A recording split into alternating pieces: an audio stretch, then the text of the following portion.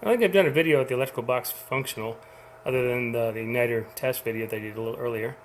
But I've got this set right here on top of the rig, and it's running. So I thought I'd just give you a little tour. On the back here, on the right, the cable comes in as the power input. That's AC input from the wall. That's a long cord that runs out to an outlet in the wall there, and it's pretty long. So remote brewing, I can go outside and have a pretty long cable there. On the left side, as you see it there, is the ground lug. So it's just grounded to the chassis. It's all for DC ground and safety ground. So, and of course, you can see the outlet there. It's a convenience outlet, but it's also a GFCI, so we're protected. Inside, oh, the LEDs, by the way, you can see them glowing inside there. The one on the right is for 24 volts power supply, and the one on the left is the 5 volt power supply. It's a small 5 volt power supply inside there that's used just to run the relay board right there.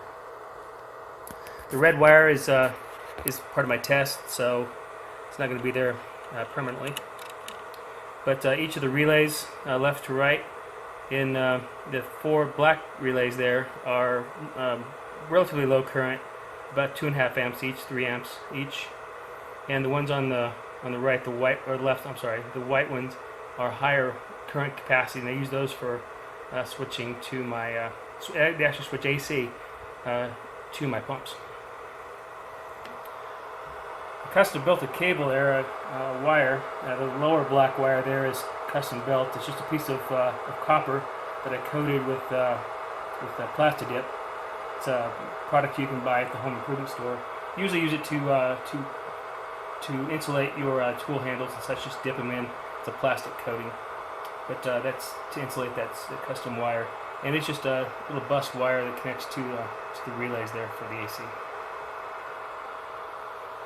You might be able to hear the fan running, maybe see it down there. There's a little green LED down at the bottom. That's my 24 volt power supply. It's a 15 amp supply, so plenty for my needs. And there's of course my ground bus there, and all the cabling and wiring is all permanent with quick connects. So when I connect my pumps in there, they'll come in through holes on the front and connect to quick connects on those white wires there. The 2 disconnected wires there are for a sensor input. It's not complete yet, and I'm also waiting on some parts for that interface board there. There's some screw terminal adapters for the PCB there. Once those come in, then I'll get that installed, and we'll maybe have another video testing the sensors. But anyway, that's everything that's going on inside of our electrical control box, and pretty proud of it.